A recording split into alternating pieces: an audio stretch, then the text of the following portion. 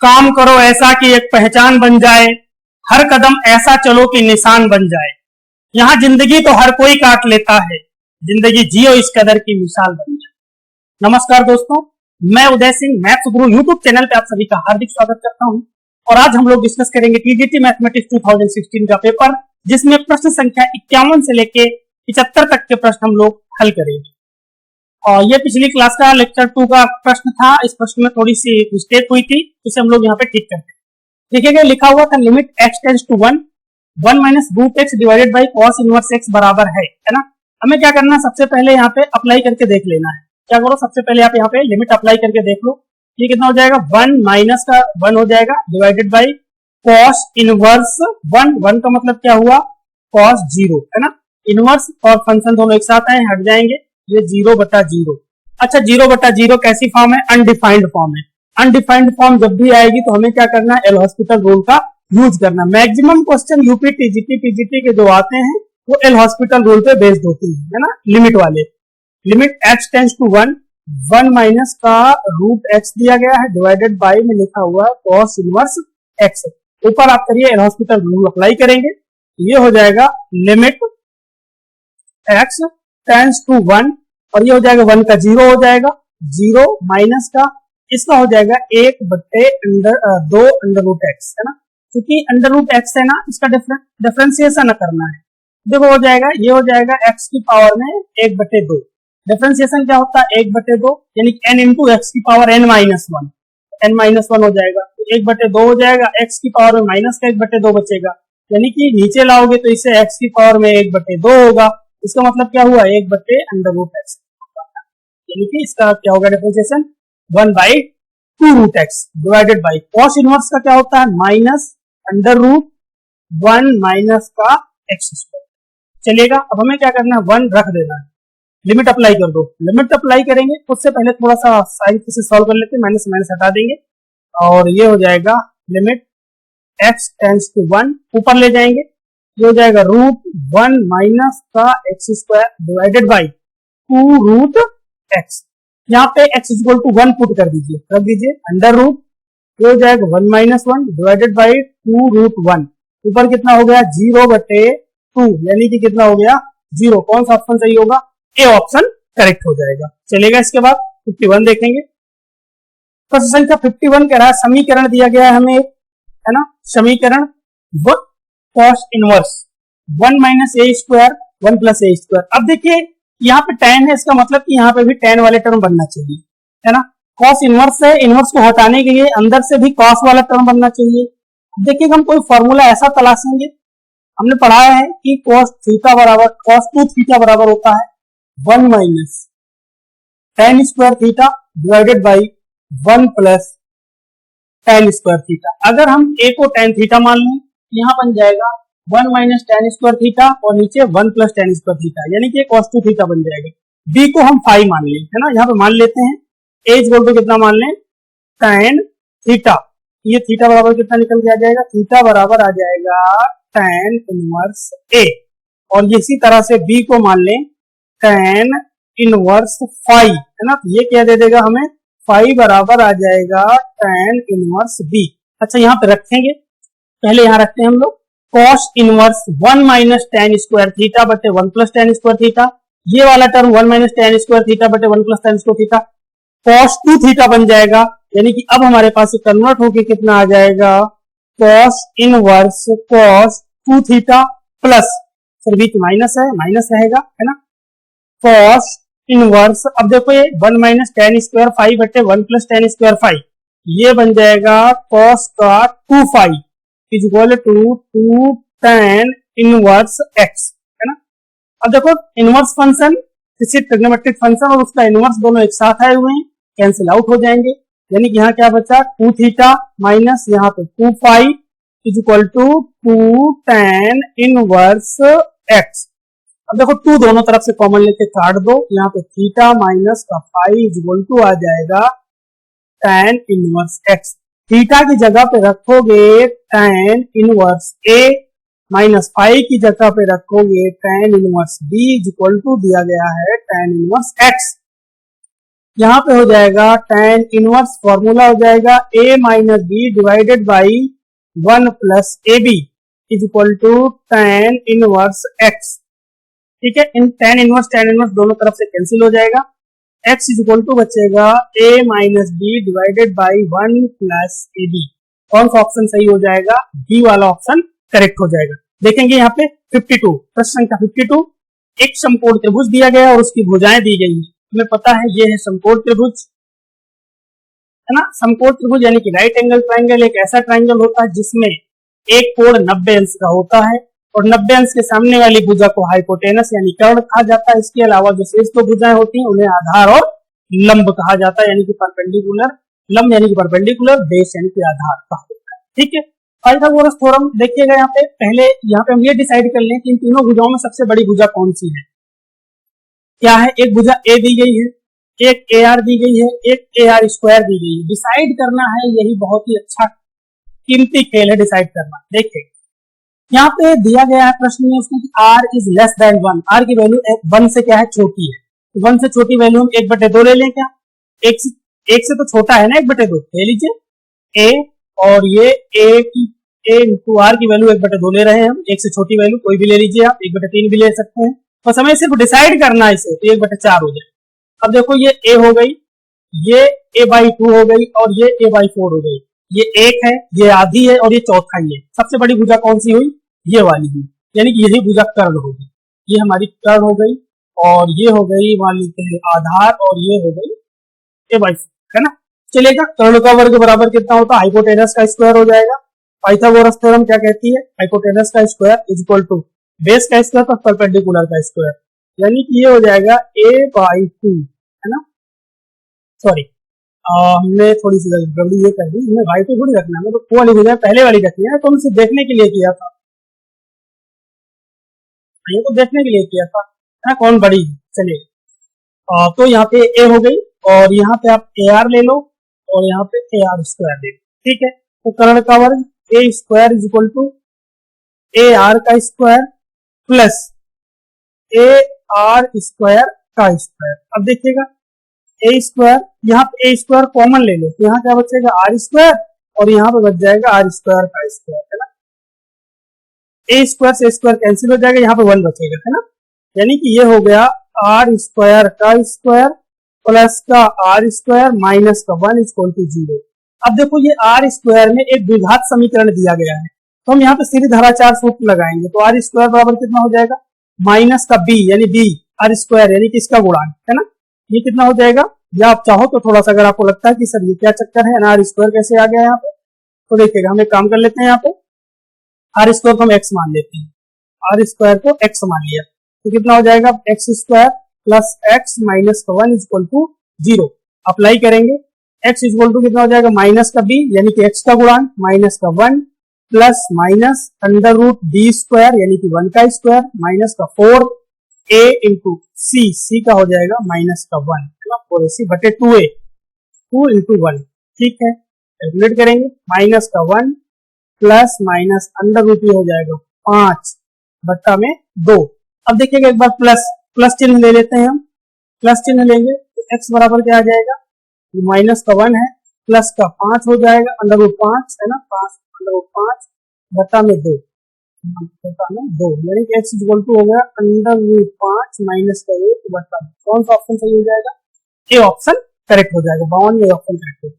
चलिए नेक्स्ट देखिएगा, यहाँ पे क्वेश्चन दिया गया F x is equal to cos hyperbolic x plus sine hyperbolic x. तो कह रहा है कि which one of the following is correct, कौन सा करेक्ट होगा। हर जगह पे हमें F x into F y किसके बराबर होगा ये निकालना है।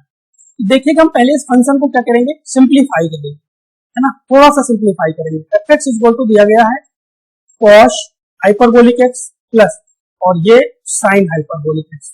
तो कॉस हाइपरबोलिक एक्स का फॉर्मूला होता है e की पावर x प्लस e की पावर, कर ऐसे भी सकते हैं डायरेक्ट, लेकिन उसमें थोड़ा सा ज्यादा माथा पच्ची मल्टीप्लिकेशन यही सब करते रहेंगे क्या, बाई 2, बीच में प्लस है, प्लस लगा दीजिए। साइन हाइपरबोलिक का फॉर्मूला होता है e की पावर x माइनस होता है यहाँ पे e की पावर माइनस x बाई 2, है ना। हम दोनों को सिंप्लीफाई करेंगे, 2 आएगा हमारे पास एलसीएम, 2 आएगा एलसीएम, यहाँ हो जाएगा e की पावर x प्लस e की power minus x plus e की पावर x माइनस e की पावर x। तो माइनस e की पावर x वाला टर्म e की पावर माइनस x से कट जाएगा, प्लस माइनस के हैं, और e की पावर x एक ये है, दो e की पावर x बन जाएगी, दो e की पावर x हो जाएंगे, दो से दो कैंसिल हो जाएगा, यानी अब हमारे पास जो फंक्शन fx आ चुका है वो e की पावर x आ चुका है। अच्छा, e की पावर x आ चुका है, fy निकाल लो, fy कितना होगा, y रख दो यहीं पे, e की पावर y आ जाए। फर्स्ट में कह रहा है fx इंटू fy क्या होगा, ये हो जाएगा e की पावर x इंटू e की पावर y, ये बन जाएगा e की पावर में x प्लस y, यानी कि अब हमारे पास fx into fy is equal to आ गया e की पावर में x प्लस y। अब देखिएगा e की पावर x, जब यहाँ पे x था, जब यहाँ देख रहे हैं, जब x था तो यहाँ e की पावर x है ना, फंक्शन में x है तो e की पावर घात में भी x है। अगर हम फंक्शन के अंदर x प्लस वाई रख लें तो घात में क्या, अगर घात में x प्लस वाई है तो फंक्शन में x प्लस वाई होगा, है ना, कितना हो जाएगा x प्लस वाई। कौन सा ऑप्शन सही है, fx इंटू fy बराबर fx प्लस वाई, कौन सा ऑप्शन सही होगा, यहाँ पे सी ऑप्शन करेक्ट होगा। चलेगा, आगे चलेंगे। करेक्ट समबाहु त्रिभुज के आधार का समीकरण। देखिए हम समबाहु त्रिभुज की बात करते हैं, समबाहु त्रिभुज की बात हम बहुत डिटेल में नहीं करेंगे, छोटी सी बात करेंगे। यहाँ पे समबाहु त्रिभुज एक ऐसा त्रिभुज होता है जिसकी तीनों भुजाएं बराबर होती हैं, ये a है, ये भी a है, ये भी a है। समबाहु त्रिभुज की जो मीडियन होती है यानी कि जो माध्यिका होती है वही इसका एल्टीट्यूड होता है, और उसका एक बहुत ही खासियत ये होती है कि ये फ्रंट वाली साइड्स को परपेंडिकुलर बाइसेक्ट करती है, यानी कि यहाँ पे इक्वल पार्ट में डिवाइड भी करती है और 90 अंश का कोण भी बनाती है ना, 90 अंश का कोण भी बनाती है। चलिएगा, ये डिवाइड करेगी तो ये a/2 हो जाएगा और यहाँ पे 90 अंश का कोण बन जाएगा। यहाँ से अगर हम हाइट निकालना चाहें, हाइट कैसे निकालेंगे, देखो ये वाला त्रिभुज लगा हुआ है यहाँ पे, इस वाले त्रिभुज में हमें लगाना पाइथागोरस का प्रमेय। ये हो जाएगा a स्क्वायर बराबर a² प्लस h², है ना, h² निकालना होगा तो a² माइनस का a²/4 इक्वल टू h², और ये हो जाएगा 3a² बटा का 4 बराबर h², दोनों तरफ लेंगे वर्गमूल तो h बराबर आ जाएगा a√3/2, यानी कि जो ये हाइट है, यानी जो हाइट है वो कितनी हो जाएगी a√3/2, है ना। चलिएगा, हमें हाइट मिल चुकी है। हमसे प्रश्न में ये कहा जा रहा है कि ये त्रिभुज है हमारे पास, कैसा त्रिभुज है, ये दिया गया है एक समबाहु त्रिभुज, और इसका एक शीर्ष हमें दिया गया है जिसका शीर्ष 1, -1, और इसकी भुजा दी गई है सम्मुख भुजा x plus y minus 1 is equal to 0। अब देखिए इस बिंदु यानी कि 1, -1 से इस बिंदु पर डाले गए रेखा की लंबाई अगर निकाल लें तो ये 90 अंश का कोण भी बनाएगी, यानी कि लंब की लंबाई, है ना, 90 अंश की लंबाई भी होती है और ये परपेंडिकुलर भी होता है, यानी कि 1, -1 से अगर x plus y minus 1 equal to 0 पे डाले गए लंब की लंबाई निकालें तो वही इसकी माध्यिका हो जाएगी, यानी कि उसी का अल्टीट्यूड हो जाएगा, है ना, सेम हो जाएगा। तो हम इसके लंब की लंबाई निकालते हैं। लंब की लंबाई में x1y1 से ax plus by plus c is equal to 0 पे डाले गए लंब की लंबाई होती है क्या, ax1 plus by1 plus c divided by √a² plus b², यानी x का गुणांक प्लस y का गुणांक। चलिएगा, रखते हैं यहाँ पे x1 y1 की जगह पे 1, -1 है, a की जगह पे 1 है ना, रेखा रख दीजिए, हमारी यही रेखा है x प्लस वाई माइनस 1, जहाँ पे इस रेखा में x की जगह पे 1, y की जगह -1 रख दो, 1 माइनस का 1 और -1 पहले से वहां पे divided by √a² plus b², x का गुणांक प्लस y का गुणांक, यानी कि 1 प्लस 1, ये दोनों कैंसिल होंगे तो आएगा 1/√2, 1/√2, यानी कि एल्टीट्यूड कितना आ गया 1/√2, और यहाँ पे एल्टीट्यूड कितना है a/√3, है ना। हमें भुजा निकालनी है तो भुजा के पास ले तो चले, दोनों में एल्टीट्यूड यानी कि हाइट जो है यानी कि जो h है, इस h का फॉर्मूला क्या होता है अभी बताया हमने, a√3/2, यानी कि ये परपेंडिकुलर और ये एल्टीट्यूड दोनों एक ही रेखा है तो दोनों बराबर हो जाएंगे, है ना। कितना हो जाएगा a√3/2 बराबर में कितना हो जाएगा 1/√2, तो ये काटेंगे इससे a√3/√2 गुणे √2 इज इक्वल टू 1/√2, ये कैंसिल हो जाएगा। a बराबर आ जाएगा √2/√3, a बराबर आ जाएगा √2/3, है ना। कौन सा ऑप्शन सही होगा, सी ऑप्शन करेक्ट होगा। 54 में सी ऑप्शन करेक्ट हो जाएगा। चलिए 55 देखेंगे।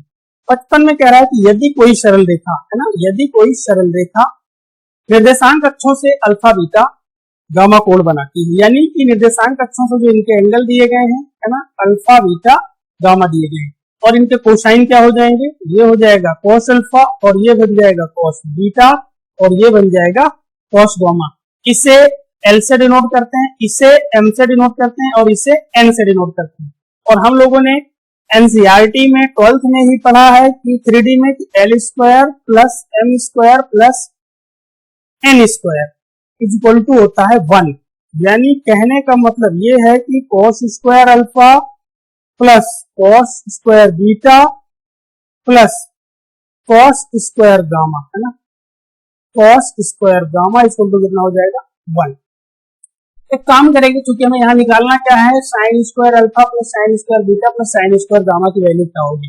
तो कॉस स्क्वायर अल्फा को भी हम साइन में चेंज करेंगे, तो कितना हो जाएगा 1 माइनस का sine square alpha plus 1 minus का sine square beta plus 1 minus का sine square gamma is equal to 1। इस 1 से 1 को कैंसिल कर दो और ये वाला 1 और ये वाला 1 मिला के 2 हो जाएंगे। बाकी सभी पद माइनस के हैं, उनको आप ले जाओ आरएचएस में। ये प्लस का बन जाएगा sign square alpha plus sign square beta plus sign square gamma की वैल्यू कितनी है, sign square alpha plus sign square beta plus sign square gamma की वैल्यू कितनी है 2 है। कौन सा ऑप्शन सही होगा, सी ऑप्शन करेक्ट होगा। चलिएगा यहाँ पे अगला क्वेश्चन देखेंगे 56 56 कह रहा है कि 3x square plus 7xy plus 2y square plus 5x plus 8y plus k equal to 0 एक सरल रेखा युग्म को प्रदर्शित करता। अगर ये सरल रेखा युग्म को प्रदर्शित करता है तो ऑफ कोर्स यहाँ पे डेल्टा क्या होगा, जीरो होगा। डेल्टा क्या होता है, abc plus 2fgh minus ag square minus af square minus bg square minus ch square. अगर इसकी वैल्यू 0 है, क्योंकि तो सरल रेखा युग्म यानी कि पेयर ऑफ स्ट्रेट लाइन ये प्रेजेंट कर रहा है, इसका मतलब क्या हुआ कि डेल्टा जो है यहाँ पे 0 है। तो हमें क्या करेंगे, देखिए हमें यहाँ पे ए बी सी, ए की वैल्यू तो आ जाएगी, सी है, एच की वैल्यू 7/2 आएगी। हम चाहते हैं 2 से मल्टीप्लाई कर दें, बटे वाला जम खत्म हो जाए, है ना। तो कितना हो जाएगा, 2 से मल्टीप्लाई करें ना, इसी क्वेश्चन में 2 से मल्टीप्लाई करें, जो भी करेंगे दोनों तरफ करेंगे, कोई टेंशन नहीं। तो 6x स्क्वायर प्लस ये हो जाएगा 14xy plus 4y square plus 10x plus 10y plus 2k equal to 0। अब यहाँ पे कंपेयर कर लिया हमने, a बराबर आएगा 6 और h बराबर 2h बराबर 14 है ना, 2h बराबर कितना और 3, यानी कि h बराबर कितना आ जाएगा 7। कितना आएगा h बराबर आ जाएगा 7 और b बराबर आ जाएगा 4 और 2gx g बराबर कितना आ जाएगा 5 और f बराबर कितना आ जाएगा भाई, वो भी 5 आ जाएगा और c बराबर कितना आ जाएगा 2k आ जाएगा। अब हमने आपको डेल्टा निकालने का तरीका बताया था ना, हम अपना मेथड इसे अप्लाई करेंगे तो ज्यादा अच्छा होगा। देखिएगा हमें क्या करना है, यहाँ पे रखना है, यहाँ पे रखना f, यहाँ g, यहाँ h, f g h और a b c यहाँ रख लो और यहाँ पे फिर से f g h। अब एक काम ये करना है हमें पहले क्या करना है, ये रो है ना, ये रो लेना है, ये वाला कॉलम लेना है, मल्टीप्लाई कर देना सारे एलिमेंट, फिर इन वाले को मल्टीप्लाई करना सारे एलिमेंट, फिर इनको मल्टीप्लाई करना सारे एलिमेंट और सबका मल्टीप्लिकेशन जोड़ दीजिए, है ना, जो भी आएगा जोड़ देंगे। यानी कहने का मतलब F G H plus A B C plus F G H जोड़ दिया, जोड़ने के बाद घटा दिया जाएगा किसे, ये वाला मल्टीप्लाई करेंगे, ये वाले एलिमेंट्स मल्टीप्लाई करेंगे, यानी कि रो वाइज मल्टीप्लाई करके घटा दिया जाएगा। ठीक है, ये सिंपली एकदम क्लियर हो गया होगा। मैं वही करूंगा वैल्यू रख के, है ना, ये बहुत इजी पड़ता है ना, इसे आप एक दो बार भी लगेगा कि हम सर नया क्या पढ़ रहे हैं, है ना, लेकिन बहुत आसान कर देगा आपकी यात्रा को। चलिए ठीक है, 2 क्वेश्चन आ जाते हैं और आप उसमें टाइम अगर बहुत वेस्ट कर दोगे तो कोई दिक्कत आ जाएगी। चलिए, है ना, एफ का वैल्यू रखते हैं यहाँ पे। एफ का वैल्यू कितना है भाई, ये डिटर्मिनेंट या मैट्रिक्स नहीं है, ना, मैंने एक तरीका है सिर्फ। ठीक है, अगर आप कहें कैसे सर सॉल्व कर रहे हैं, एफ की वैल्यू 5 है ना, जी की वैल्यू भी है कितनी 5 और एच का वैल्यू कितना है 7, ए का वैल्यू कितना है 6, बी का वैल्यू कितना है 4, सी का वैल्यू कितना है 2k और ये है 5 और ये है 5 और ये है 7। अब हम हल करेंगे, देखिए मैंने आपको क्या बताया, पहले हमें कॉलम वाइज सारे एलिमेंट लेने हैं, कॉलम वाइज सारे एलिमेंट को मल्टीप्लाई करके जोड़ लेना है। तो 5 × 25, 25 × 7, 175 आ गए। 175 ये आएंगे और 175 ये वाले दोनों मिलाएंगे तो कितने हो जाएंगे भाई, ये दो। क्योंकि अब देखो इसकी वैल्यू 0 है, क्योंकि इसने कह दिया सरल रेखा युग्म है, मतलब डेल्टा इज इक्वल टू 0। पहले हम डेल्टा कैलकुलेट कर ले, फिर उसको 0 के इक्वल रख लेंगे। तो कितना हो जाएगा, 175 प्लस 175 कितने हो जाएंगे, 350। और यहाँ पे 6 चौक 24 दूनी 48 प्लस का 48 के, है ना। में माइनस करना है क्या, अब क्या करना है, रो वाइज मल्टीप्लाई करना है ना। 5 × 6 30 और 5 या 15 यानी कि 150। कितना हो गया, ये 150 हो गया। 150 प्लस 5 चौक 20, 20 पंचे 100, ये हो गए 100 और 7 दूनी 14, 14 सत्ते 98, है ना, प्लस का 98 के, है ना, प्लस का 98 के इक्वल टू 0 लेके चल रहे हैं, क्योंकि इसने कहा है कि ये पेयर ऑफ स्ट्रेट लाइन को प्रेजेंट कर रहा है। तो ये देखो 350 माइनस 150, 150 और 100 मिला के 250 हो जाएंगे, घटेंगे तो कितना बच जाएगा, 350 में 250 घटाएंगे तो 100 बचेंगे, है ना। 100 ये 48 के हैं और ये माइनस के 98 के हैं, ये 48 के हैं माइनस के 98 के हैं, ये कितने बच जाएंगे हमारे पास, माइनस के हैं, माइनस वालों को उधर ले जाओ तो ये 50 के बच जाएंगे। कितने, 50 के, है ना। 50 50 50 200 के बराबर कितना आ गया, 2 आ गया। ऐसे हल करेंगे बढ़िया से, के बराबर कितना आ जाएगा, के का मान जो हो जाएगा 2 हो जाएगा। क्यों हो जाएगा, क्योंकि ये कह रहा था कि पेयर ऑफ स्ट्रेट लाइन है, इसलिए डेल्टा की वैल्यू 0 होगी और डेल्टा लगाने उसको निकालने का ये तरीका आप अपनाइएगा। सच में बता रहा हूँ, आपके लिए बहुत सा टाइम बचेगा। थोड़ा सा यहाँ पे देखेंगे कुछ चीजें, है ना। यहाँ पे और थोड़ा सा एक बार रिपीट करता हूँ, बार बार फिर से रिपीट कर रहा हूँ जिससे कि आपको याद हो जाए। देखिएगा यहाँ पे अगर हमारे पास डेल्टा इज इक्वल टू 0 दिया होता है, एक बात तो कंफर्म हो जाती है कि ये क्या है, पेयर ऑफ स्ट्रेट लाइन। कैसा है, पेयर ऑफ स्ट्रेट लाइन को प्रेजेंट करेगा, है ना। STRAIG स्ट्रेट, ठीक। लेकिन यहाँ पे कुछ केसेस स्पेशल हो जाते हैं, हमें देख लेते हैं लोग। अगर बाई चांस, है ना, देखिए पहला केस ये बन जाएगा, अगर मान लीजिए डेटा इक्वल टू 0 है और हमारे पास क्या आ जाए, h² माइनस AB बराबर 0 आ जाए, है ना। h² माइनस AB की वैल्यू क्या आ जाए, 0 बन जाए, 0 आ जाए। तो इसका मतलब क्या है, ये है pair of parallel straight line, parallel straight line, है ना, पैरेलल स्ट्रेट लाइन। या ये हो सकता है कि ये बन जाए हमारी पेयर ऑफ कोइंसिडेंट लाइन, है ना। पैरेलल हो सकती है या फिर वो कोइंसिडेंट लाइन भी हो सकती है ना, दोनों तो हो सकती है, कोइंसिडेंट लाइंस भी बन सकती है इस कंडीशन में। दूसरी सिचुएशन हमारे पास क्या होती है, अगर हमारे पास बन जाए क्या, h² माइनस AB का value greater than 0, greater than 0 है, इसका मतलब क्या है, ये हमें प्रतिच्छेदी रेखाएं मिल रही है, यानी कि pair of intersecting lines, pair of intersecting lines, है ना, pair of intersecting lines.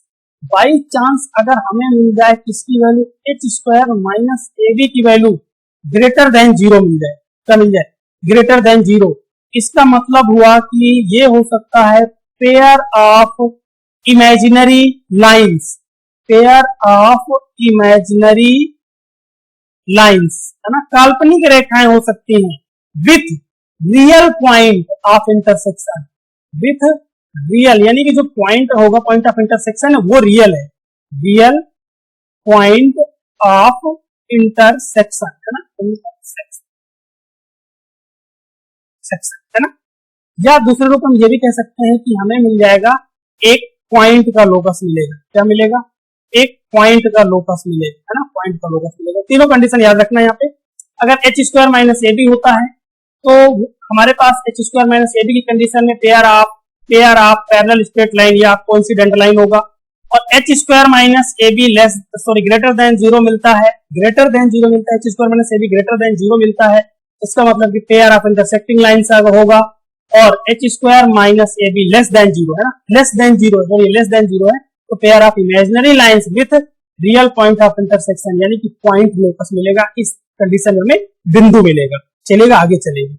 Question number 57, question number 57 कह रहा है कि the number of square that can made to pass through the 3 points, 3 point दिए गए हैं, तो पहले हमें क्या करना है, इस स्क्वायर की स्टैंडर्ड इक्वेशन लिखनी है ना, होती है x² प्लस का y square plus 2ux plus 2vy plus 2wz plus d is equal to 0। Square का ये इक्वेशन पास हो रहा है किससे, 1 0 0 ना 1,0,0 से, और ये पास हो रहा है 0,11 से, और ये पास हो रहा है 0,0,1 से। तो हम एक एक करके पास करवाएंगे। पहले हम पास करवाएंगे इसे पास करवाएंगे 1 0 0 से। देखो x की जगह पे 1, 0 की जगह, y की जगह पे 0, z की जगह पे 0, ये 1 प्लस ये 0 हो जाएगा, ये भी 0, सॉरी ये 1 हो जाएगा ना, 2u और ये 0 ये 0 ये 0 प्लस का d, 2u plus d is equal to 0। इसी तरह जब हम इसको पास करवाएंगे तो वो आ जाएगा 1 plus 2v plus d is equal to 0। और हम 0 0 1 को जब पास करवाएंगे तो ये आ जाएगा 1 plus 2w plus d is equal to 0। अब देखिए जब भी हम इन तीनों इक्वेशन को सॉल्व करेंगे तो u v w के जो मान आएंगे, u v w के जो मान आएंगे d के टर्म में आएंगे, यानी कि d के पदों में आएंगे। यानी कि अब डिपेंड करेगा किस पे, d की वैल्यू पे। और d की वैल्यू क्या हो सकती है, इनफाइनाइट। d का मान कोई भी हो सकता है ना, d का मान कुछ भी रख सकते हैं ना, कोई भी मान लिया जा सकता है। d का मान अगर कोई भी लिया जा सकता है तो d के इनफाइनाइट मान होंगे जिनके लिए u v w अलग अलग हो जाएंगे, है ना। यानी कि हर बार एक अलग वृत्त बनता जाएगा। जैसे d का मान बदलेगा एक अलग वृत्त, जैसे d का मान बदलेगा एक अलग वृत्त, है ना। वृत्त नहीं, यहाँ पे हम बात कर रहे हैं गोले की, है ना। हर d के प्रत्येक मान के लिए अलग अलग गोला बनेगा, ठीक है। तो u v w के मान अलग अलग होते जाएंगे और ऐसे d के इनफाइनाइट मान होंगे तो हमारे पास इनफाइनाइट स्फीयर्स बनेंगे। तो नंबर ऑफ स्फीयर्स कितनी होगी, अनंत होगी, है ना। चलेगा। इसके बाद देखते हैं 58। प्रश्न कह रहा है कि 15 सेंटीमीटर और 20 सेंटीमीटर त्रिज्या वाले दो वृत्तों जिनके केंद्रों के बीच की दूरी 25 सेंटीमीटर है, उनके उभयनिष्ठ जीवा की लंबाई निकालना। ये उभयनिष्ठ जीवा डॉटेड करके हमने उभयनिष्ठ कॉमन कॉर्ड ए बी खींची हुई है। देखिएगा यहाँ पे ये जो दोनों केंद्रों के बीच की दूरी दी गई है ओ डैश, ये हमें 25 सेंटीमीटर दी गई है। एक काम हम करें, यहाँ पे हमने m मान लिया है, ये m मान लिया है ना, m मान लिया। अब देखिएगा यहाँ पे हमने क्या किया है, m मान लिया। हम चाहते हैं कि OM को x ले लिया जाए, तो MO डैश कितनी हो जाएगी, 25 माइनस का x। अब देखिए ये एक 90 अंश का कोण यहाँ बन रहा है। त्रिभुज कौन सा है, ये 90 अंश का कोण बनता है ना, थ्योरम में प्रूव किए हैं आप हाई स्कूल में। चलिएगा इस दौरान देखिएगा त्रिभुज हमें दोनों उठाने, एक उठाना है AMO समकोण त्रिभुज, दूसरा उठाना है हमें AMO डैश। यहाँ पे बड़ा वृत्त की त्रिज्या हमने ली है 20 सेंटीमीटर, छोटे वाले वृत्त की त्रिज्या के लिए हमने 15 सेंटीमीटर, है ना, दिया है वहां पे 15 और 20, है ना। ठीक है, हमें क्या करना है, यहाँ से निकालना है त्रिभुज OMA में लगाइए आप पाइथागोरस थ्योरम। तो कर्ण का वर्ग 90 अंश के सामने OA स्क्वायर इक्वल टू हो जाएगा OM square plus AM square. तो यहाँ से हमें निकालना है AM स्क्वायर इक्वल टू कितना हो जाएगा, OA square minus OM square, यानी कि ये हो जाएगा, हमें निकालना AM स्क्वायर इक्वल टू हो जाएगा कर्ण का वर्ग माइनस OM का स्क्वायर। तो कर्ण का वर्ग 400 माइनस का x स्क्वायर। इसी तरह से हम लेंगे त्रिभुज कौन सा, ये वाला त्रिभुज AMO डैश, है ना, AMO डैश ले लेते हैं। यहाँ से हो जाएगा AM स्क्वायर हो जाएगा कितना, 15 का स्क्वायर 225 हो जाएगा, माइनस घटाना है कितना भाई, 25 का स्क्वायर, 25 माइनस x का स्क्वायर, घटा लेते हैं इसे। अब देखिएगा इसे इक्वेशन 1 बना देते हैं, इसे इक्वेशन 2 बना देते हैं। इक्वेशन 1 और 2 से अगर हम कंपेयर करें तो कितना हो जाएगा, कंपेयर करेंगे ये हो जाएगा 400 माइनस का x square equal to 225 minus का ये हो जाएगा 625 और प्लस का x स्क्वायर माइनस का 50x, है ना। ये हो जाएगा 400 माइनस का x square equal to 225 minus का 625 माइनस का x स्क्वायर प्लस का 50। अब देखो x स्क्वायर दोनों सेम साइन हैं, हट जाएंगे, है ना। यहाँ पे हो जाएगा 400 इक्वल टू, देखो 225 में 625 ये दोनों प्लस और माइनस से घटेंगे तो कितना बचेगा, यहाँ पे माइनस के 400 बचेंगे, है ना, ये 50x है। तो माइनस के 400 प्लस 50x, इनको इधर भेज देंगे तो कितना हो जाएगा, ये 400, यहाँ पे 200 घटाएंगे 225 तो बच जाएगा 400 बचेगा, ये हो जाएंगे 800 इज इक्वल टू कितना हो जाएगा 50x, है ना। यहां से आ जाएगा ये 5x बराबर 80, x बराबर कितना आ जाएगा 16। अच्छा x आ गया 16, हम यहाँ पे रखेंगे समीकरण एक उठा दो, A M square is equal to आ जाएगा 400 माइनस 16, 256 बन जाएगा। 256 कितना आ जाएगा, 10 में 6 जाएंगे 4 और 9 में 5 जाएंगे 4, 1 बचेगा ना 144। ए एम स्क्वायर कितना आ गया 144, दोनों तरफ वर्गमूल लेंगे तो ए एम बराबर कितना आ जाएगा 12 आ जाएगा। अच्छा ए एम 12 हो जाएगा, ये इसकी जैसे डबल हो जाएगी, जितनी नीचे है ऊपर है उतनी नीचे ही है, यानी कि ए बी बराबर जो हो जाएगी 2 ए एम हो जाएगी ना, क्या हो जाएगी ए बी बराबर हो जाएगी, यानी कि पूरी कॉमन कॉर्ड जो है हमारी उभयनिष्ठ जीवा जो है वो 2 ए एम के बराबर हो जाएगी। तो 2 गुणे ए एम कितना है 12, 12 दूनी कितना हो जाएगा 24, है ना, कितना हो जाएगा 24 सेंटीमीटर। कौन सा ऑप्शन सही हो जाएगा, बी ऑप्शन करेक्ट हो जाएगा। चलेगा, इसके बाद हम चलेंगे 59 की तरफ। 59 में हम लिमिट अप्लाई करते हैं। पहले देखो यहाँ पे लिमिट जैसे ही हम अप्लाई करेंगे, है ना, ये क्या बन जाएगा, ये हो जाएगा, लिमिट अप्लाई करके देख लेते हैं, 1 माइनस 1/2 इंटू इनफाइनाइट, तो इनफाइनाइट ही आ जाएगा, की पावर में कितना 1 प्लस इनफाइनाइट, इनफाइनाइट प्लस 1 मतलब कि इनफाइनाइट आ जाएगा, ये 1, ये तो 0 हो जाएगा 1 बाई इनफाइनाइट, है ना, ये कितना हो जाएगा, ये आ जाएगा 1 की पावर में इनफाइनाइट। ये क्या है, अनडिफाइंड फॉर्म, है ना, जो अनडिफाइंड फॉर्म हमें जैसे मिलेगी हम वहां पे क्या करेंगे, अगर हमारे पास इस तरह की फॉर्म दी गई है ना, n टेंड्स टू इनफाइनाइट दिया गया, तो हमें क्या करना है देख लेते हैं, कई बार प्रश्न आ चुका है इस टाइप का इनफाइनाइट, है ना, और ये है 1 माइनस का 1/2m की पावर में n प्लस 1।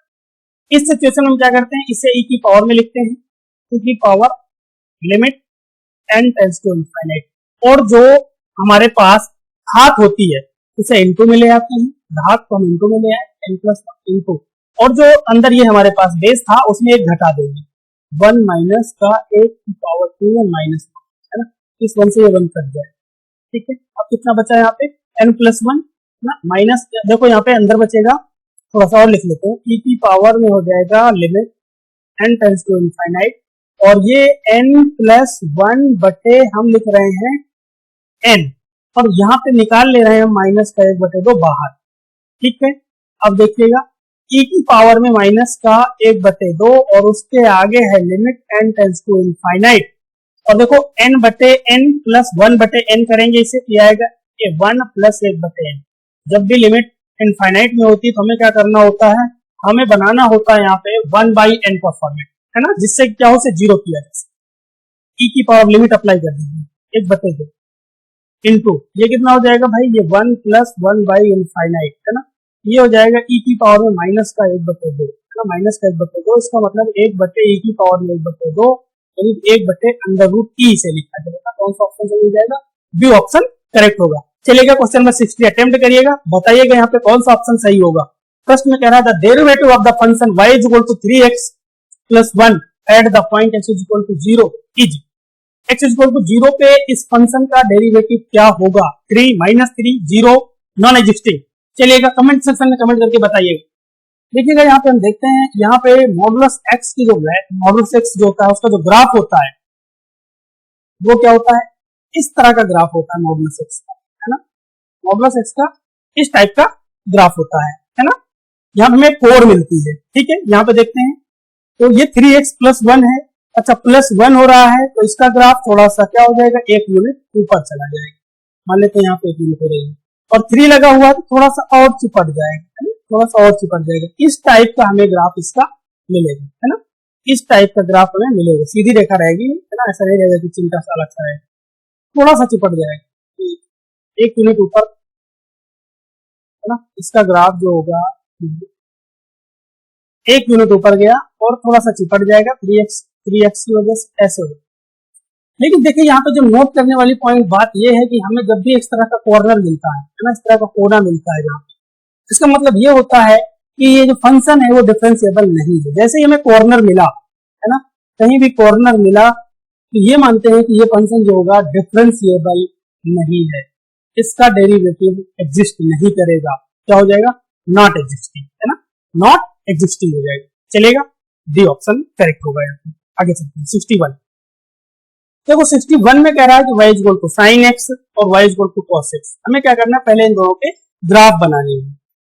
इनका हम लोगों ने ग्राफ ड्रा कर लिया, और जो नीला वाला है वो ग्राफ है हमारा cos x का, और जो हरा वाला है वो ग्राफ है हमारा sin x का, है ना। यहाँ पे 0 है और ये पाई बाई 2 है, पाई है, 3 पाई बाई 2 है, 2 पाई है ना। आगे ऐसे क्रम चलता है चलेगा। हमें पता है कि जो साइन की वैल्यू होती है 0 पे कितनी होती है, 1 होती है। सॉरी, cos की जो 0 पे होती है 1 होती है, तो 1 से स्टार्ट होकर कहां तक जाएगा, पाई बाई 2 पे क्या होगी, हाईएस्ट वैल्यू इसकी 1 होती है, मिनिमम क्या होती है, -1 होती है ना।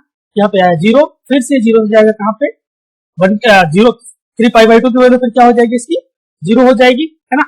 इस तरह से ये आगे जाता जाएगा, और यहाँ पे क्या होगी -1, और यहाँ पे क्या होगी 1, हाईएस्ट वैल्यू, ठीक है। इस तरह से कॉस का ग्राफ होता जाता है, और साइन का क्या होता है, 0 से जाएगा, 0 से पाई, पाई से 2 पाई, है ना, ये ग्राफ। अच्छा, प्रश्न हमसे ये कह रहा है कि y बराबर साइन एक्स और y बराबर कॉस एक्स, और कहाँ पे एंगल दिए गए हैं, ये एंगल दिए गए हैं कि 0 से पाई बाई 2 के बीच में जो एरिया बन रहा है, मध्य एरिया बन रहा है, उसका क्षेत्रफल निकालना है ना, उस एरिया को निकालना। अब देखिएगा, हमें 0 से पाई बाई 2 के बीच में एरिया मार्क कर देना है, ये ये मतलब कि इन दोनों कर्व के द्वारा जो एरिया निकालना है। देखिए ये वाला, ये पीला वाला पार्ट जो हम इसमें मार्क करते हैं, ये वाला पीला, ये थोड़ा सा ज्यादा होगा, ठीक, और ये इधर वाला, ये दोनों एरिया हमें निकालना है कि ये कितना एरिया, इन दोनों के मध्य परिबद्ध एरिया कितना है। तो हम दोनों को पॉइंट ऑफ इंटरसेक्शन निकालेंगे पहले, है ना। पॉइंट ऑफ इंटरसेक्शन निकालने के लिए सभी जानते हैं कैसे निकालेंगे, y equal to sine x, y equal to cos x, दोनों को बराबर कर दो, ये आ जाएगा साइन एक्स बराबर cos x। साइन एक्स को बटे में लाओगे तो साइन एक्स बटे cos x बराबर 1, यानी कि tan x बराबर कितना हो जाएगा 1, और tan x बराबर में tan पाई बाई 4 यानी कि tan 45, x बराबर कितना आ गया 45। अब एरिया क्या हो जाएगा हमारा, 0 से 45 तक जाएगा। अब तो देखो, जितना एरिया ये वाला है, ये पीला वाला पार्ट, कितना एरिया ये वाला पीला वाला पार्ट है, तो हम क्या करते हैं 2 से मल्टीप्लाई करके सिर्फ एक का निकाल लेते हैं, है ना। ये यहाँ पे होगा हमारा पाई बाई 4, यहाँ पे होगा पाई बाई 4, यहाँ पे दोनों का इंटरसेक्शन पॉइंट है। चलिएगा, ये कितना हो जाएगा, 2 कर रहे हैं, 2 इंटू इसलिए कर रहे हैं, इसका एरिया और इसका एरिया दोनों को चाहे प्लस कर लो या 2 से मल्टीप्लाई कर दो, तब भी बात वही है ना। 2 से मल्टीप्लाई कर लिया, कहां से, 0 से कहां तक है पाई बाई 4। अपर कर्व क्या है हमारा, cos x upper curve minus lower curve, यानी कि अपर कर्व दिया गया है cos x minus lower curve कितना दिया गया है sin x, cos x minus sin x dx। चलेगा, इसका इंटीग्रेशन करते हैं, cos x का इंटीग्रेशन हो जाएगा sin x, और sin x का माइनस का cos x होता है, तो ये sin x प्लस का cos x बन जाएगा, कहां तक, 0 से पाई बाई 4। लिमिट को अप्लाई कर दीजिए, लिमिट अप्लाई करेंगे तो 2 into cos pi by 4, cos 45 की वैल्यू 1 बटे under root 2 plus sine 45 cos 45 दोनों की वैल्यू कितनी, 1 बटे अंडर रूट 2, फिर माइनस में साइन 0 हो जाएगा 0, और माइनस कितना हो जाएगा cos 0 1, है ना। चलेगा, कैलकुलेट करते हैं इसे। अब देखिएगा 1 बटे अंडर रूट 2 प्लस 1 बटे अंडर रूट 2, 2 बटे अंडर रूट 2, 2 बटे अंडर रूट 2, ऊपर वाले अंडर रूट 2 को लिख दीजिए, अंडर रूट 2 गुण under root 2, under root 2 under root cut जाएगा, तो कितना बचेगा, मतलब चलो लिख के देता हूँ, 2 बटे अंडर रूट 2, यहाँ पे माइनस का 1 है, और ये अंडर रूट 2, 2 को ऊपर वाले इसको लिखेंगे हम लोग, अंडर रूट 2 गुण अंडर रूट 2, एक अंडर रूट कट जाएगा वहां से 2, और ये हो जाएगा अंडर रूट 2 माइनस का 1। कौन सा ऑप्शन सही होगा, 61 में सी ऑप्शन सही हो जाएगा, 61 का सी ऑप्शन करेक्ट हो जाएगा। चलिएगा, इस तरह से हमने इसका एरिया निकाल लिया। आगे चलेंगे 62, प्रश्न नंबर 62 के लिए। 62 थोड़ा सा अच्छा क्वेश्चन और बड़ा क्वेश्चन है, तो देखिए करेंगे।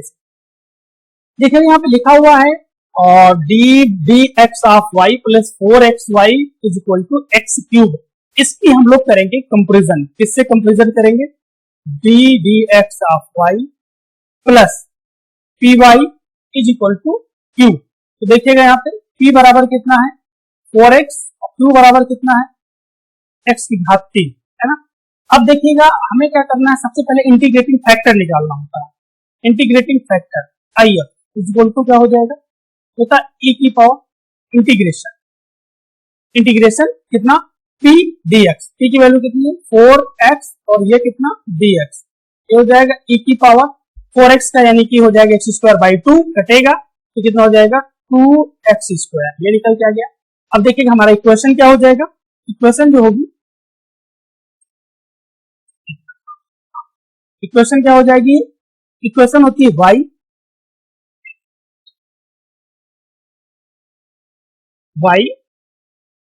ये हो जाएगी y into I F is equal to integration, है ना, आई एफ मतलब इंटीग्रेटिंग फैक्टर और क्यू डीएक्स प्लस सी, ये होती है आई एफ, वाई रख दो, वाई इंटू आई एफ कितना दिया गया है, ई की पावर में 2x square is equal to integration e की पावर में 2x स्क्वायर, है ना, 2x स्क्वायर। चलिए क्यू का वैल्यू कितना है, x की पावर में 3, x की पावर में 3 को हम लिख रहे हैं x square into x dx plus C. अब एक काम करेंगे हम लोग, यहाँ पे x स्क्वायर को मान लेते हैं t, x स्क्वायर को t मानेंगे, ये हो जाएगा 2x dx is equal to dt, है ना, यानी x dx is equal to dt बटे 2। इक्वेशन अब क्या आ जाएगी, y इंटू e की पावर में 2x square is equal to integration, देखो ये x स्क्वायर जो होगा t बन जाएगा और ये t बन जाएगा t इंटू e की पावर में 2t और x dx dt बटे 2 के बराबर हो जाएगा, तो ये dt बटा में 2 हो जाएगा प्लस का c हो जाएगा। चलिए अब हमें क्या करना है, इसका इंटीग्रेशन करना है, 1/2 को हम बाहर निकालते हैं और इंटीग्रेशन t e की पावर 2t dt और प्लस का c, है ना। अब इसका इंटीग्रेशन आप करेंगे, आपको इसका इंटीग्रेशन बिल्कुल आएगा, करेंगे आप, इसे फर्स्ट मानिएगा, इसे सेकंड मानिएगा। यहां पे मैं इसका इंटीग्रेशन डायरेक्ट लिख देता हूं, ठीक है, y is equal to y into e की पावर में दिया गया है 2x square is equal to 1/2। इसका जो इंटीग्रेशन होता है वो होता है t e की पावर 2t, है ना, t e की पावर 2t आएगा, निकालिएगा बाई 2 माइनस, मैं निकालूंगा थोड़ा सा टाइम ज्यादा लग जाएगा और वीडियो खिंच जाएगी, है ना, e की power 2t by 4 plus.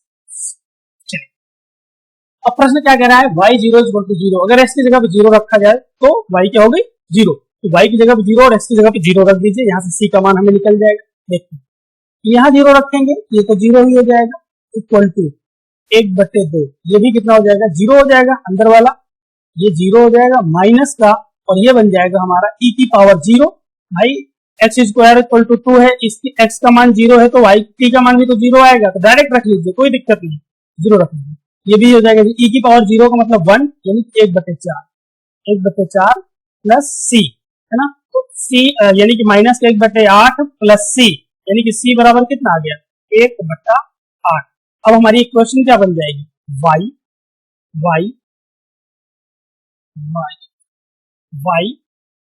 e की पावर में 2x square is equal to 1/4 हो जाएगा, मल्टीप्लाई होगा, जहां पे t है वहां x स्क्वायर रखेंगे, x स्क्वायर e की पावर 2x स्क्वायर होगा माइनस, और ये हो जाएगा e के पावर 2x स्क्वायर, ना t है ना, जहां पे t रखा है वहां पर x स्क्वायर रखा है, e की पावर में x स्क्वायर, और ये क्या हो जाएगा डिवाइडेड बाई 8 हो जाएगा प्लस का c हो जाएगा।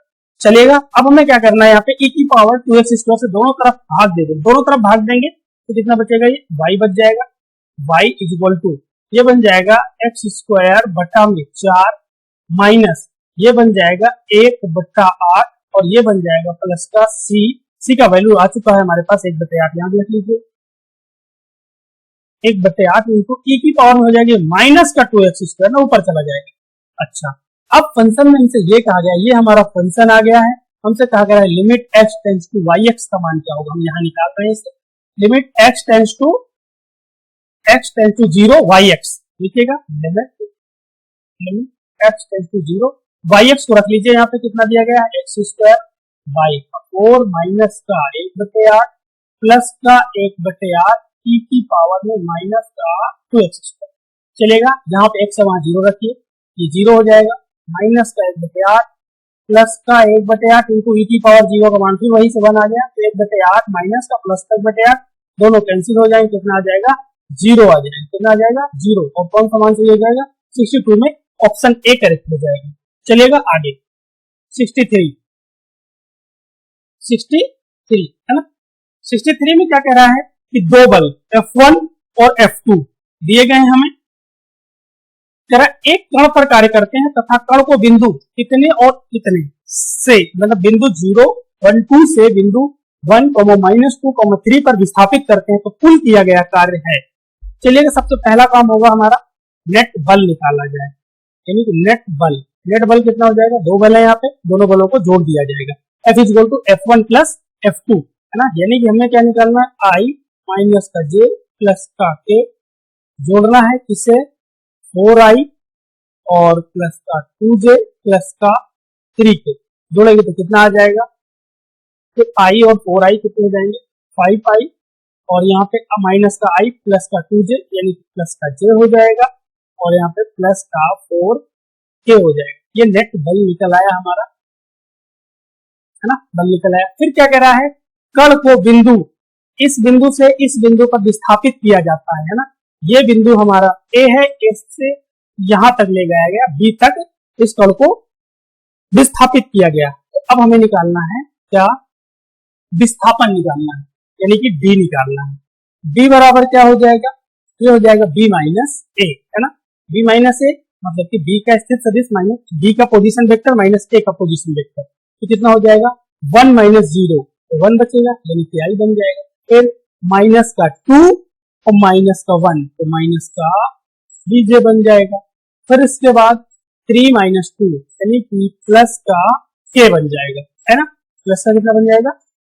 अब प्रश्न क्या कह रहा है, हमें निकालना है किया गया कार्य, वर्क डन निकालना है। तो W बराबर क्या होता है, vector F into vector D, F into D, F रख लीजिए 5I plus J plus 4K, है ना, इंटू D क्या हो जाता है I माइनस का 3J प्लस का K, मल्टीप्लाई करोगे I का कोफिशिएंट को मल्टीप्लाई होगा, J के कोफिशिएंट को मल्टीप्लाई हो जाएगा, K के पास इतना, है ना, और बाकी सारे जीरो हो जाएंगे।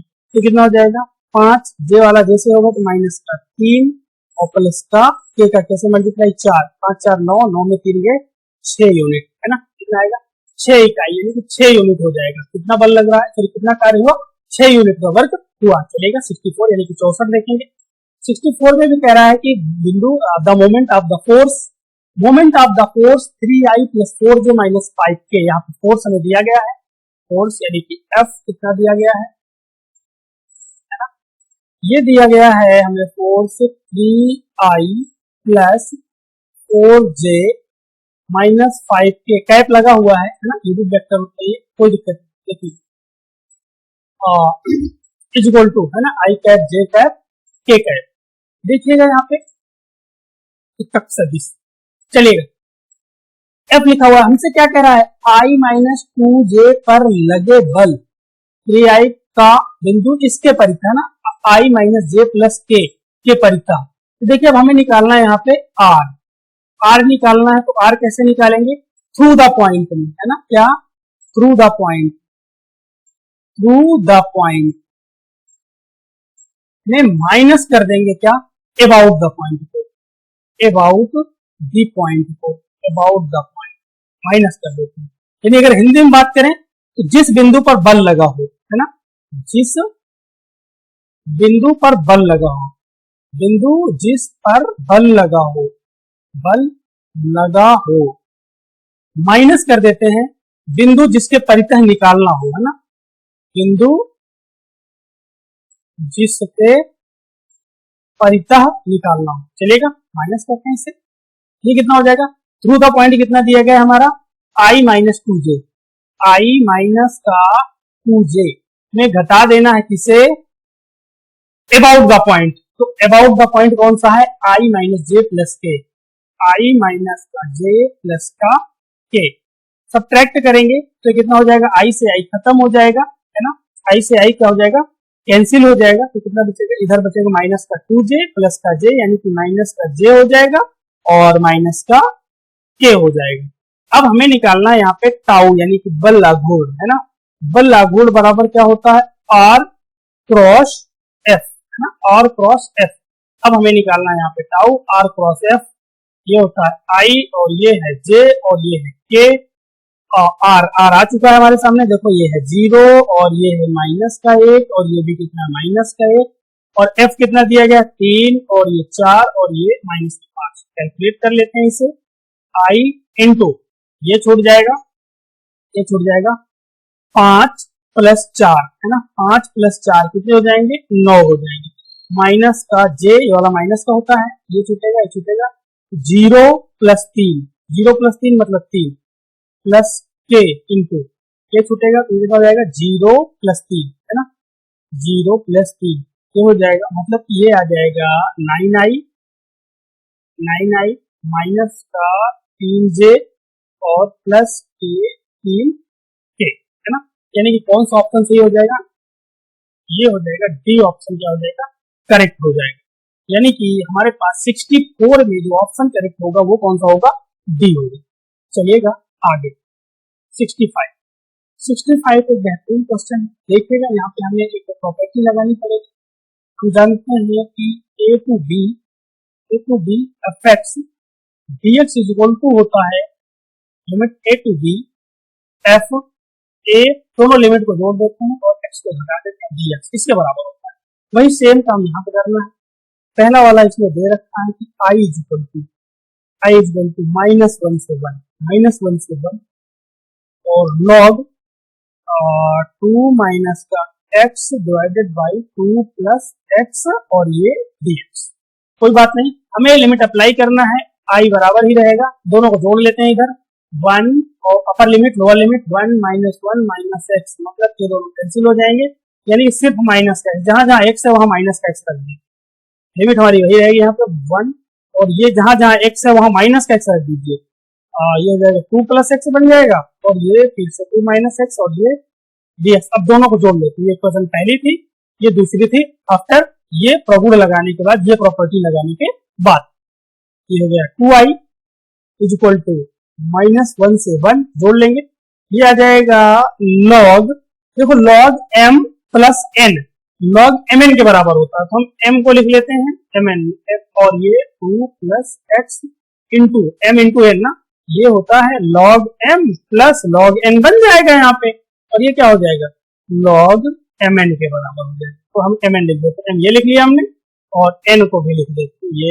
2 माइनस x है ना, थोड़ा सा शॉर्ट किया, ध्यान रखिए, समझिए ना। चलिए काटते हैं, 2 प्लस x से 2 प्लस x कर जाएगा, 2 माइनस x हो जाएगा, log 1 की वैल्यू 0 होगी, यहाँ पे कितना बचा -1 से 1, और ये हो गया log n और dx, तो 2i बराबर कितना हो जाएगा भाई, log 1 की वैल्यू 0 थी, पूरा टर्म हो गया 0, ये हो गया 0, i इक्वल टू कितना हो जाएगा 0/2, यानी कि 0। कौन सा ऑप्शन सही होगा यहाँ पे, डी ऑप्शन क्या होगा, करेक्ट होगा। क्वेश्चन नंबर 66 में कह रहा है कि यदि -2, 1 से एक समतल पे डाले गए लंब का पाद 1, -2, 1 हो तो समतल का समीकरण, इसे दो प्रकार से लगाया जा सकता है।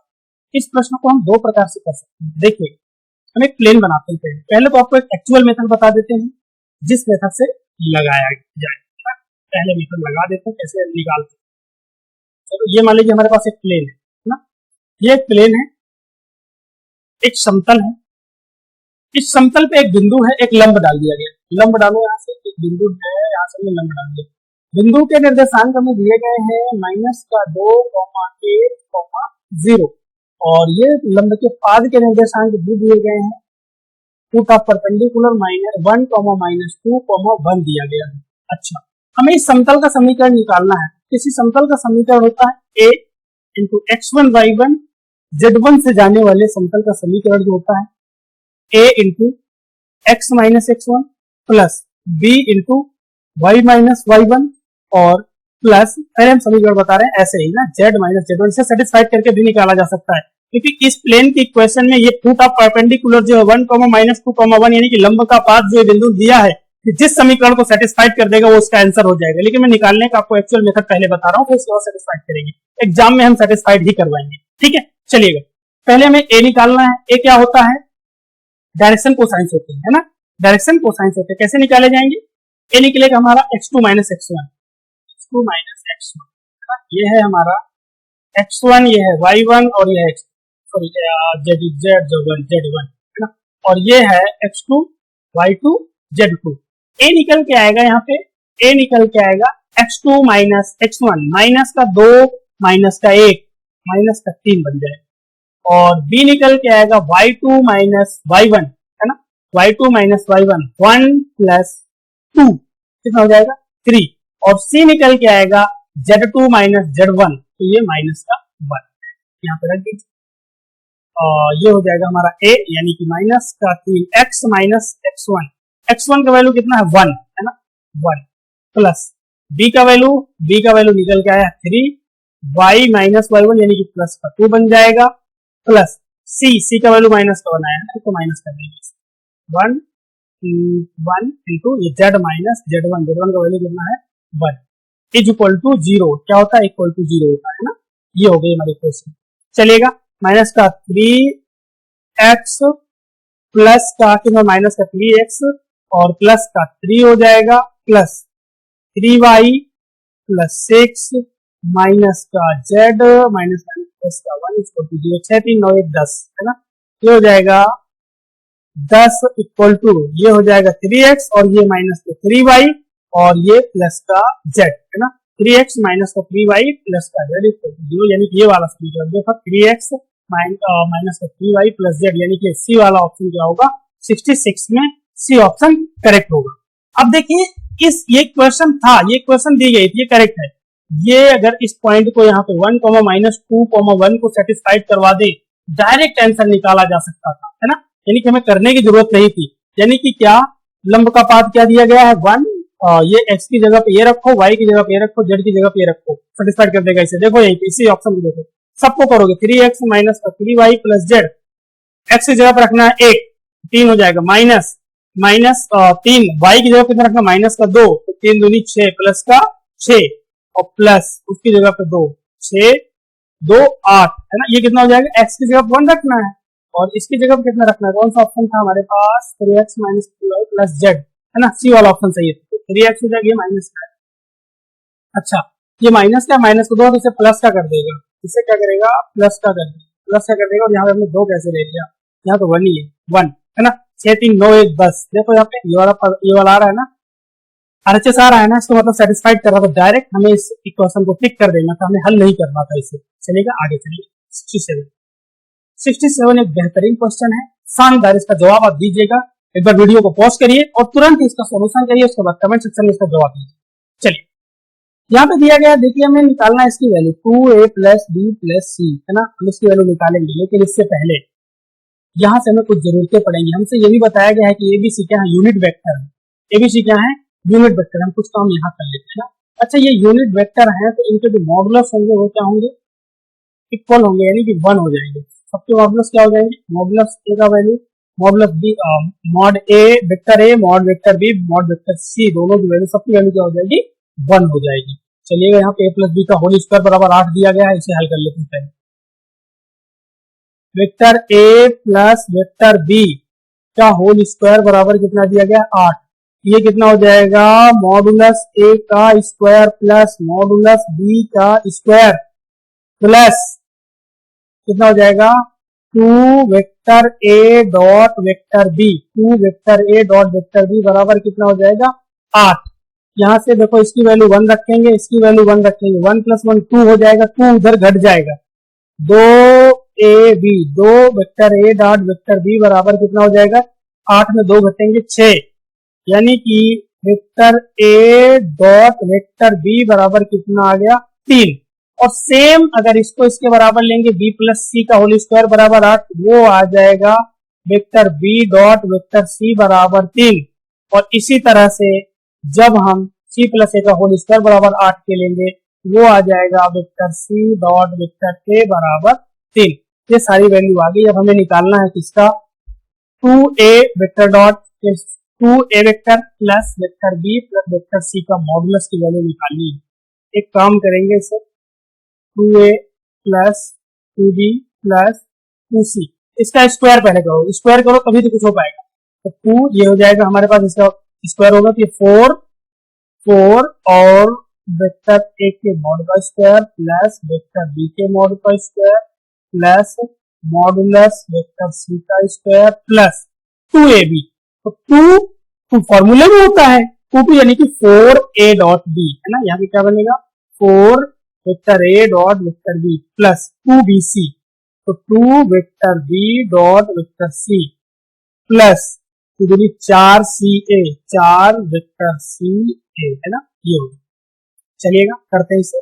ये हो जाएगा 4, इसकी वैल्यू 1 है, plus 1 plus 1 plus A dot B की वैल्यू कितनी है 3, 4 3 हो जाएगा 12 प्लस इसकी वैल्यू 3 यानी कि 6 प्लस 4 3 12 ऐड करेंगे 4 1 5 6 और 12 6 कितने हो गए 18 18 18 और 6 हो गए 24 है ना। 24 और 12 हो गए कितने 36 यानी कि 2a प्लस बी सभी का स्क्वायर बराबर 36 आ गया। हमें स्क्वायर की वैल्यू निकालनी नहीं तो वर्गमूल ले लेते हैं दोनों तरफ। तो modulus 2a vector plus vector b plus vector c equal to 6 है ना। कौन सा ऑप्शन सही होगा सी ऑप्शन करेक्ट हो जाएगा। चलेगा इसके बाद हम चलेंगे 68 के पास। 68 दिया गया है f dash x equal to gx है ना। f dash x equal to दिया गया है gx के और g डैश x बराबर दिया गया है fx स्क्वायर। एक काम करते हैं दोनों तरफ इसका डिफरेंशिएशन करेंगे। f double dash x equal to हो जाएगा g डैश x। क्यों किया हमने g डैश x बनाने के लिए। g डैश x की जगह पर क्या रख सकते हैं fx स्क्वायर है ना बराबर तो कितना की जगह रख सकते हो f x square f x square. अब हमसे क्या कह रहा है प्रश्न में f डैश x स्क्वायर क्या होगा f double dash x square क्या होगा। अब देखो जब यहाँ x है तो यहाँ x स्क्वायर है, जब यहाँ x स्क्वायर होगा तो x की जगह क्या रखना है x स्क्वायर रख लेना है x स्क्वायर। तो x स्क्वायर की घात 2 है ना कितना बन जाएगा f x की घात 4 f x की घात 4 कौन सा ऑप्शन सही होगा बी है ना। चलेगा क्वेश्चन नंबर 69 देखिए। क्वेश्चन नंबर 69 कह रहा है कि a प्लस बी मिलकर किसी काम को है ना a और b वर्क टुगेदर जब एक साथ काम करते हैं कंप्लीट करते हैं इसे x डेज में। यानी कि हम अगर बात करें किसकी a प्लस बी की दोनों जब मिलकर काम कर रहे हैं तो उनका काम या उनके द्वारा किया गया काम कितना है एक दिन का 1/x और a के अकेले का कितना है भाई 1/x प्लस 2 और b के अकेले का कितना है x प्लस a। कहने का मतलब ये है कि a प्लस b के एक दिन का काम a के एक दिन का काम प्लस b के एक दिन के काम के बराबर होगा। समझ गए ना दोनों का एक एक दिन का काम है ना। एक एक दिन का काम एक एक दिन का काम ये कितना हो जाएगा 1/x इक्वल टू होना चाहिए 1/x प्लस 2 और 1/x प्लस 8। अब देखिए यहाँ पे x के कई मान दिए गए हैं जो इसे सेटिस्फाइड कर दे वही करेक्ट होगा है ना। इस इक्वेशन को सेटिस्फाइड कर दे वही इसका मान ले लिया जाएगा। कैलकुलेशन करने की जरूरत नहीं होगा कैलकुलेट भी कर सकते हैं लेकिन टाइम लगेगा है ना। क्या करो 3 रखोगे 1/3 देखो इधर रख के देखते हैं पहले x जब 3 1/3 और ये कितना हो जाएगा 3 2 5 प्लस 1/8 और 3 11 है ना। ये तो कभी दोनों बराबर आएंगे नहीं यानी कि पहला ऑप्शन रिजेक्ट हो गया। अब x की जगह पे हम 4 रख के देखते हैं। देखो 4 रखो 1/4 बराबर कितना 1/6 हो जाएगा 4/6 और 8 4 12 1/12 1/6 नीचे कॉमन लीजिए 1 प्लस 1/2 और ये बन जाएगा 1/6 गुणे 3/2 है ना 3/2 3 दूनी 6 ये आ गया 1/2 गुणे 1/2 यानी कि 1/4। देखो यहाँ भी 1/4 था यहाँ भी 1/4 यानी कि ये LHS RHS दोनों इक्वल आ रहे हैं यानी कि इस इक्वेशन को सेटिस्फाइड कर रहा है यानी कि x की जो वैल्यू होगी जो लेने लायक है ना वो क्या है x इक्वल टू 4 वही ली जाएगी है ना। ठीक ओके 70 देखेंगे। क्वेश्चन नंबर 70 एक बेहतरीन क्वेश्चन एक बार कमेंट सेक्शन में कमेंट करके बताइए कि इसका आंसर क्या हो। बहुत ही पॉपुलर क्वेश्चन है ये। कह रहा है कि एक व्यक्ति A से B तक की औसत चाल x किलोमीटर प्रति घंटा से जाता है और y किलोमीटर प्रति घंटा की औसत चाल से B से A तक लौटता है। कुल यात्रा में उसकी औसत चाल क्या होगी। तो प्रश्न मैंने आपको बताया। चलिएगा कमेंट सेक्शन में आप कमेंट करके बताइए क्या होगा। औसत चाल बराबर होता है कुल दूरी है ना टोटल डिस्टेंस बटे टोटल टाइम टोटल डिस्टेंस बटे टोटल टाइम है ना कुल। देखो अब मैं मान के चल रहा हूं कि ये A है मिस्टर A मतलब कि A है और यहाँ पे B हम ले रहे हैं इन दोनों के बीच की दूरी 1 किलोमीटर। तो ये कुल दूरी कितने चलेंगे पहले A से B गए होंगे फिर B से A वापस आएंगे 1 + 1 यानी कि 2 कुल दूरी कितनी हो गई 2 किलोमीटर डिवाइडेड बाय कुल समय। समय बराबर क्या होता है दूरी बटे चाल है ना दूरी बटे चाल यानी कि डिस्टेंस अपॉन स्पीड। तो डिस्टेंस कितनी है हमारी 1 किलोमीटर। तो देखो कुल समय दोनों का समय तो A से B में जब गए तो चाल उनकी x किलोमीटर थी यानी कि समय उनका कितना हो गया 1/x है ना 1 किलोमीटर बटे स्पीड है ना वही दूरी बटे चाल तो 1 किलोमीटर बटे x प्लस और इनका कितना हो जाएगा 1/y हो जाएगा वापस आते समय, ये हो जाएगा 2/, एलसीएम लेंगे ये हो जाएगा x प्लस वाई, अब बटे में xy, यानी कि ये बन जाएगा 2xy divided by x plus y, यानी कि औसत चाल कितनी हो जाएगी, बी ऑप्शन करेक्ट हो जाएगा। यहाँ पे कौन सा ऑप्शन, बी ऑप्शन करेक्ट हो जाएगा 2xy अपॉन x प्लस 71 में कह रहा है कि 25,000 का 2 वर्ष का चक्रवृद्धि ब्याज से मिश्र धन क्या होगा, है ना, यदि उत्तरोत्तर वर्षों में ब्याज का दर 4% और 5%। How much will 25,000 amount to in 2 years at the compound interest. एक काम देखिएगा, यहाँ पे मैं इंटरेस्ट निकाली है ना। अब दोनों क्या कह रहा है, हमें सक्सेसिव ईयर्स दिए गए हैं, सक्सेसिव ईयर्स की दोनों की अलग अलग हमें रेट दी गई है, तो कोई दिक्कत नहीं। कितना है हमारा प्रिंसिपल, कितना है 25,000 इंटू 1 प्लस R1 बाई 100, है ना, एक साल का है दोनों अलग अलग, कोई बात नहीं, 2 ही साल की बात है ना। तो 1 प्लस R1 कितनी है 4/100 हो जाएगा, और ये हो जाएगा 1 प्लस 5/100 हो जाएगा, है ना। अगले ईयर की कितनी 5%, चलिए 25,000 पूरे इसे काटेंगे 4 गुने 4 और ये हो जाएगा 25, है ना, 1/25 तो 26/25 आ जाएगा, 26/25 बुरे। इसी तरह से ये 20 हो जाएगा और ये हो जाएगा 21/20, है ना, कैंसिल करेंगे इसे, यहाँ पे 25 है, यहाँ पे 25 लिखा होगा, कोई दिक्कत नहीं, 50-25 हो जाएगा, काट देंगे इसे, एक 0 से 0 काटेंगे। देखिएगा इस 25 से इस 25 को काटेंगे तो यहाँ पे कितना बचेगा हमारे पास 100, है ना, कितना बच जाएगा 100 और इसे काट देंगे 13 और 21 का हम गुणा करेंगे, 13 और 21 का जब भी हम गुणा करेंगे 273, ये बन जाएगा 27,300। कौन सा ऑप्शन सही हो जाएगा हमारे पास, सी ऑप्शन करेक्ट हो जाएगा। चलिए 72 में कह रहा है यदि वितरण जो दिया गया है, if the median of the distribution का मीडियन जो है ना वो 18 है, then the value of x। अब देखिएगा पहले हम इसे लिखते हैं, 10 है और 10 के बाद 12 है, 12 के बाद 13 है, 13 के बाद 16 है, फिर है x और फिर है 20 और फिर है 25, फिर है 30, कितने टर्म है 1 2 3 4 5 6 7 8 है। तो यहाँ पे जो मीडियन होगी, है ना, मीडियन होगी कितनी 8/2, है ना, यानी कि 4th term plus 5th term, है ना, 4th term plus 5th term by 2। तो 4th टर्म्स कितना है यहाँ पे हमारे पास, चौथा टर्म कितना है 16 प्लस x डिवाइडेड बाई 2 और मीडियन कितनी है, मीडियन है 18, है ना। क्रॉस मल्टीप्लीकेशन करेंगे 18 दूनी 36 इक्वल टू कितना हो जाएगा 16 प्लस x, x बराबर कितना हो जाएगा 36 माइनस 16 यानी कि 20, x का मान क्या होगा 20 होगा। 72 में कौन सा ऑप्शन सही होगा, डी ऑप्शन करेक्ट होगा। 73 देखो क्वेश्चन नंबर 73 में कह रहा है if x plus 9/x is equal to 6 then the value of x square plus 9/x। एक काम करो, देखो मेरी बात सुनो, अगर यहाँ पे हम x रख दे, x की वैल्यू हम 3 रखें, है ना, इसे हल करके भी निकाला जा सकता है, कोई दिक्कत नहीं है। अगर हम x की जगह 3 रखें, क्या x बराबर 3 इसे सेटिस्फाइड कर रहा है, अगर कर देगा तो ठीक है, नहीं करेगा तो फिर से हल करके क्वाड्रेटिक इक्वेशन बना के इसकी वैल्यू तब निकालेंगे। x इक्वल टू 3 रखा हमने, यहाँ पे ये 9/3 आ जाएगा और ये 9 3 3 9 हो जाएगा, 3 + 3 यानी कि 6, है ना, इसे सेटिस्फाइड कर रहा है, मतलब कि जो x की वैल्यू है वो क्या है 3, x की वैल्यू 3 यहाँ रख दीजिए, इसके मान को निकालना है, ये 3 हो जाएगा, 3 3 9 हो जाएगा प्लस 9/9, है ना, इसे कैंसिल करेंगे तो 9 + 1 यानी कि 10 आ जाएगा, यानी कि इसका मान कितना होगा x square plus 9/x square का मान 10 होगा। अब कुछ लोगों को लगेगा सर ऐसे कैसे सोच लेंगे, कोई बात नहीं, आप इसे हल कर लो, है ना, इसे हल कर लो, x की वैल्यू निकल के आ जाएगी, x plus 9/x is equal to 6, है ना, हो जाएगा x square plus 9 is equal to 6x, हो जाएगा x स्क्वायर माइनस का 6x प्लस का 9 is equal to 0, x square minus का 3x, है ना, ये कुल मिला के ये देखो सीधा सी बात है x माइनस 3 का ये होल स्क्वायर बन गया है ना, ये क्या है x माइनस 3 का होल स्क्वायर,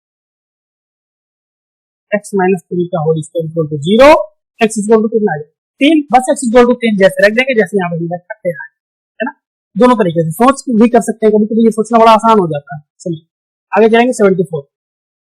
अब देखो क्वेश्चन नंबर 74 में हमें कुछ भी नहीं करना, हमें ट्राई करना है, बस हम पहले ऑप्शन से ट्राई करना शुरू करते हैं, x इक्वल टू 7 से ट्राई कर लेते हैं। जैसे ही अगर x इक्वल टू 7 इसे दोनों तरफ से LHS और RHS अगर इक्वल कर देता है यानी इसे सेटिस्फाइड करेगा, है ना, ऑप्शन से कर रहे हैं इसे। x माइनस का 3 माइनस 1 बाई एक्स प्लस 5, है ना। x इज इक्वल टू 7 रख दो, 7 माइनस 3 माइनस का 1/7 प्लस 5 12 आएगा, 1/4 माइनस का 1/12, 1/4 पूरे से ले लो कॉमन, 1 माइनस 1/3 यानी कि ये आ जाएगा 1/4 गुणे 2/3, है ना, 1/6 आ गया। मतलब कि 7 इसे सेटिस्फाइड कर रहा है, यानी कि ये वाला बी ऑप्शन नहीं हो सकता और सी ऑप्शन नहीं हो सकता। मामला फंसा है, या तो ए होगा या तो डी होगा, है ना, ए होगा या तो डी होगा। यानी कि हमें x इक्वल टू 9 पे भी चेक करने है ना, या तो प्लस का 9 होगा या तो माइनस का 9 होगा। चेक करते हैं भाई, एक बार हम पहले वाले ऑप्शन को लिए हैं तो चेक कर लेते हैं। x बराबर 9 रख के देख लीजिए, 1 माइनस 9 माइनस 3 6 बचेगा, माइनस फिर ये कितना हो जाएगा, 9 5 14 है ना, 14 हो जाएगा बराबर 1/6, है ना। अब इसे हम हल करें अगर तो 14 ये हो जाएगा 14 माइनस का 6/6 है ना, 14 में 6 जाएंगे तो 8 बचेगा, 8/6 में 14, 2 से काटेंगे 2 चौको 8, 2 3 6 और इसे काटेंगे 2 और 7, ये 2/21। मतलब कि ये सेटिस्फाइड नहीं कर रहा, है ना। देखो 1/6 आता तो सेटिस्फाइड करता, नहीं कर रहा है, इसका मतलब कि ये भी ऑप्शन नहीं होगा। अब जब 3 ऑप्शन नहीं होंगे तो -9 को चेक करने की जरूरत नहीं है, इसे टिक मार देना है ना, ऐसे हाथ घुमाओ तो तुरंत हाथ घुमा के टिक मार चलेगा। क्वेश्चन नंबर 75, क्वेश्चन नंबर 75 कह रहा है कि 3x माइनस 2/x² और 15 के विस्तार में कौन सा पद x से स्वतंत्र हो। अब इस प्रश्न में हमने आपको बताया था कि जब भी इस टाइप का कोई प्रश्न आएगा तो हम सबसे पहले r निकालेंगे। अगर हमारे पास क्या आता है, अगर मान लीजिए आ जाए a x की पावर अल्फा प्लस माइनस 1/, को हटा दीजिए कोई दिक्कत नहीं, चलिए, और यहाँ पे आ जाए x की पावर बीटा, x की पावर में बीटा, और इसके पावर में दे दिया जाए हमें n, है ना। के प्रसार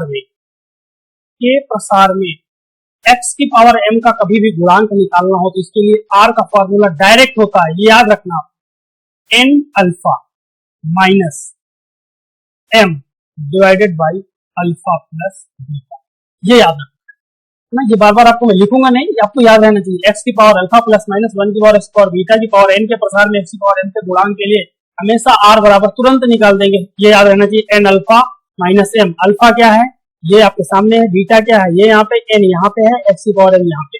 अब देखिए क्वेश्चन क्या कह रहा है कि x से यानी कि x से फ्री, है ना, x से फ्री का मतलब x की पावर 0 के कोफिशिएंट की बात हो रही है, तो इसके लिए r निकालेंगे। n कितना है 15 और m कितना है 1 माइनस m कितना है 0 बटे अल्फा प्लस बीटा, यहाँ पे 1 है यहाँ पे 2, है ना, 1 प्लस 2 कितना हो जाएगा 15/3, यानी कितना आ जाएगा 5। r का मान कितना आ गया 5। अब आप ये मत कर दीजिएगा कि 5वां पद हो जाएगा, नहीं, पद क्या होता है r प्लस 1वां टर्म, है ना, r प्लस 1th टर्म होता है ना, यानी कि tr प्लस 1 लिखते हैं ना, तो tr की वैल्यू 5 रखिए 1, कितना हो जाएगा t6। कौन सा छठा पद जो होगा वो x से स्वतंत्र होगा। कौन सा ऑप्शन सही होगा यहाँ पे 75 में डी ऑप्शन जो होगा वो करेक्ट होगा। ओके, वीडियो पसंद आई है तो वीडियो को लाइक करें, नए हैं चैनल को सब्सक्राइब करें। अगर आपको हमारे वीडियो पसंद आ रहे हैं सच में तो आप कमेंट सेक्शन में हमारे उत्साह वर्धन के लिए लिख सकते हैं कि आपको वीडियो कैसे लगता है और इन वीडियो में क्या सुधार की जरूरत है, जिससे कि आपका जो पूरा फोकस है आपके सिलेक्शन पे है हमारा, कि आपका सिलेक्शन होना चाहिए और हर हालत में होना चाहिए। बहुत हुआ बेरोजगारी का दिन, इस बार हमें लेना है इसे हर हालत में। तो जो भी आपको कंटेंट में दिक्कत आती है वो मुझे जरूर कमेंट सेक्शन में बताएं कि सर ये और किया जाए तो और बेहतर होगा और हम लोग और अच्छे कर सकते। ओके, ठीक है, आपके कमेंट्स का मुझे इंतजार रहेगा। थैंक यू, आप अच्छा मोटिवेट करेंगे, मुझे पूरा भरोसा है।